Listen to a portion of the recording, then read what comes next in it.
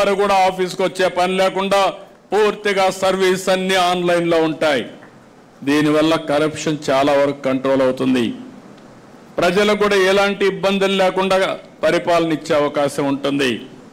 ఇక్కడ మీరు ఒక్కసారి గుర్తుపెట్టుకుంటే, ఎందుకంటే టెక్నాలజీ పెరిగింది. ఆ రోజు నేను హైదరాబాద్లో హైటెక్ సిటీతో ఐటీ ప్రారంభించాం, ప్రమోట్ చేశాం. ఇప్పుడు క్వాంటమ్ వ్యాలీ పెట్టి క్వాంటమ్ కంప్యూటింగ్తో ఆర్టిఫిషియల్ ఇంటెలిజెన్స్కి శ్రీకారం చుట్టాం. దీనికి తొలి అడుగు భారతదేశంలో టెక్నాలజీ ప్రభుత్వంలో వాడకంలో నెంబర్ 1గా ఆంధ్రప్రదేశ్ ఉంటుంది. దాంట్లో అనుమానం లేదని మరొకసారి మీ అందరికీ విజ్ఞప్తి చేస్తున్నా. ఇంకో పక్కన చాలామంది సర్వేలు కూడా మీరు ఫాలో అవుతూ ఉంటారు, కన్ఫ్యూజ్ చేస్తూనే ఉంటారు.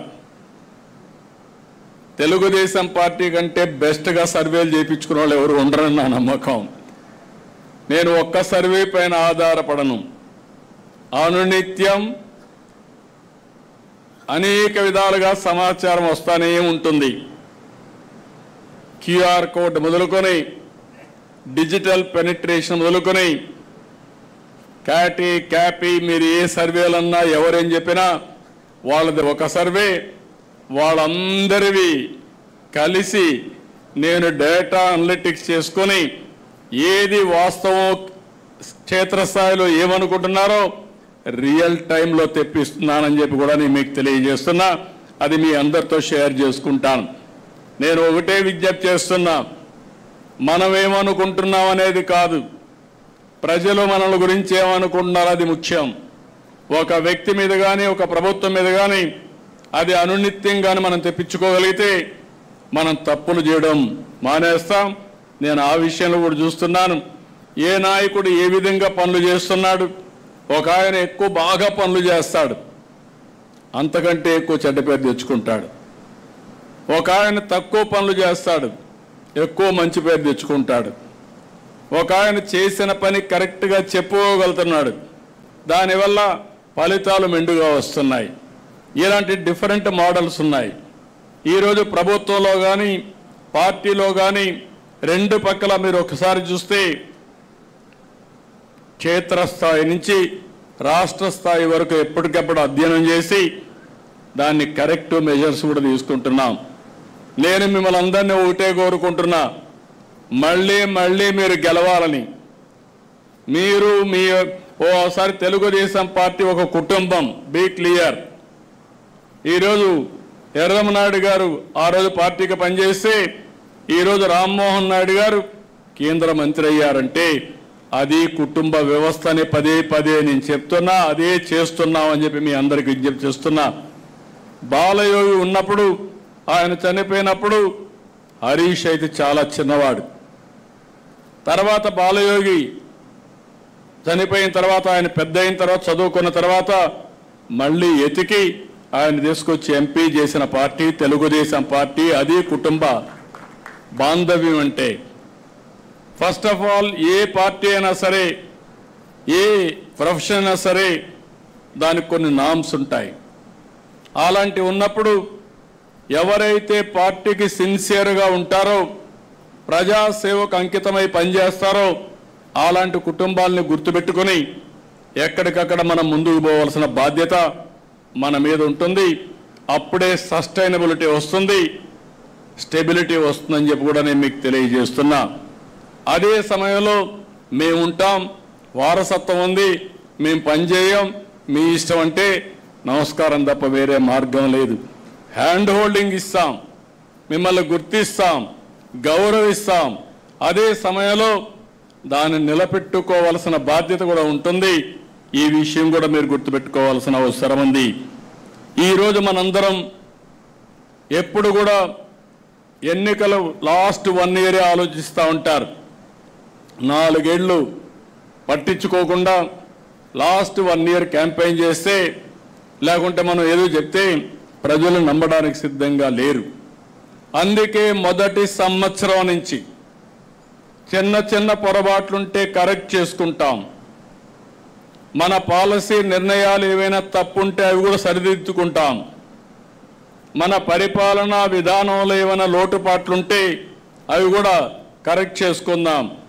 మన ప్రవర్తనలో కూడా ప్రజలకు నచ్చని విషయాలు, మన కార్యకర్తలకు నచ్చని విషయాలుంటే అవి కూడా కరెక్ట్ చేసుకుందాం. కడాన మీరు ఒకటి గుర్తుపెట్టుకోవాలి, రైట్ పాత్ అనేది ఒకటే, ట్రూత్ అనేది ఒకటే. ప్రజలు మెచ్చాలి, కార్యకర్తలు ఆమోదించాలి. తెలుగుదేశం పార్టీ ఎన్నికలప్పుడు ఏ మెజారిటీ వచ్చిందో దానికంటే అనునిత్యం ఇంకా మెజారిటీ పెంచుకునే విధంగా ప్రజా విశ్వాసాన్ని పెంచుకోవడం కోసం మనం పనిచేస్తున్నామని చెప్పి కూడా నేను మీకు తెలియజేస్తున్నా. ఇది మీకు అందరికీ కూడా కొంత కొత్త అనిపించవచ్చు, ఏంటి ఇవన్నీ అవసరమని అనిపించవచ్చు. కానీ మనం చేసే పనులు నేను డిఫరెంట్ టైమ్స్లో డిఫరెంట్ చేశాను. ఒకప్పుడు 95లో మీరు ఒక్కసారి చూస్తే నేను వస్తున్నానంటే రాష్ట్రంలో అందరూ భయపడిపోయేవాళ్ళు. ఎక్కడ హెలికాప్టర్ ఎక్కుతానో తెలియదు. ఐఏఎస్ ఆఫీసర్లు కానీ, మన మంత్రులు కానీ, మన ఎమ్మెల్యేలు కానీ అందరికీ భయం ఉండేది. అందుకే తప్పులు చేయడానికి సాహసించేవాళ్ళు కాదు.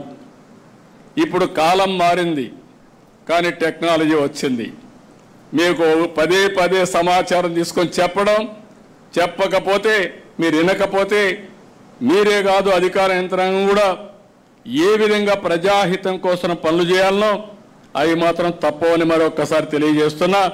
నిన్నే స్టార్ట్ చేశాను. ఇప్పటికే 4 ఎమ్మెల్యేలు పిలిపించి మాట్లాడాను. 1-to-1 మాట్లాడుతున్నా. అవసరమైతే ప్రతిరోజు 1 గంట పెట్టుకుంటా, ఒక 4 మీతో మాట్లాడతా, నిర్మోహమాటంగా మీకు చెప్తా, మీరు చెప్పింది వింటా, మళ్ళీ నేను గైడ్ చేస్తా. మారితే శుభం, మారకపోతే మనం ఏ విధంగా ముందుకు పోవాల్సిన అవసరం ఉంది. ఈ విషయం కూడా నేను చాలా స్పష్టంగా ఉన్నా. మొహమాటం లేదు, ఎవరి విషయంలో మొహమాటం లేదు.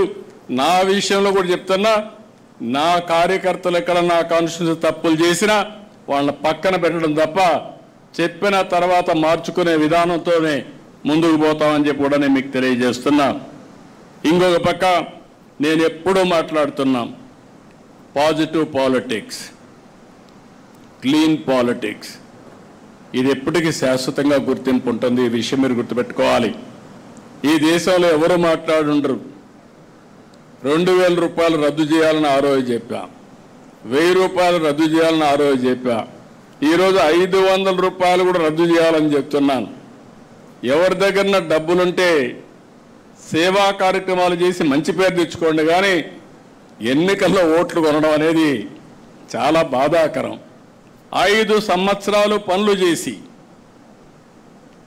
4000 రూపాయలు నెలకు పింఛనిచ్చి, 6000 రూపాయలు పింఛనిచ్చి, 10,000 రూపాయలు పింఛనిచ్చి, 15,000 ఇచ్చి ఊరూరుకు రోడ్డు వేసి ఎలక్షన్లు వస్తే మళ్ళీ డబ్బులు ఇవ్వాలి అనే ఆలోచన రావడం చాలా బాధాకరం.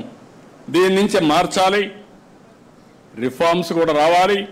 అదే సమయంలో పదే చర్చ కూడా జరగాల్సిన అవసరం ఉంది. నీతివంతమైన పాలన రావాలంటే, సుపరిపాలన రావాలంటే ఎవరైతే మెరుగైన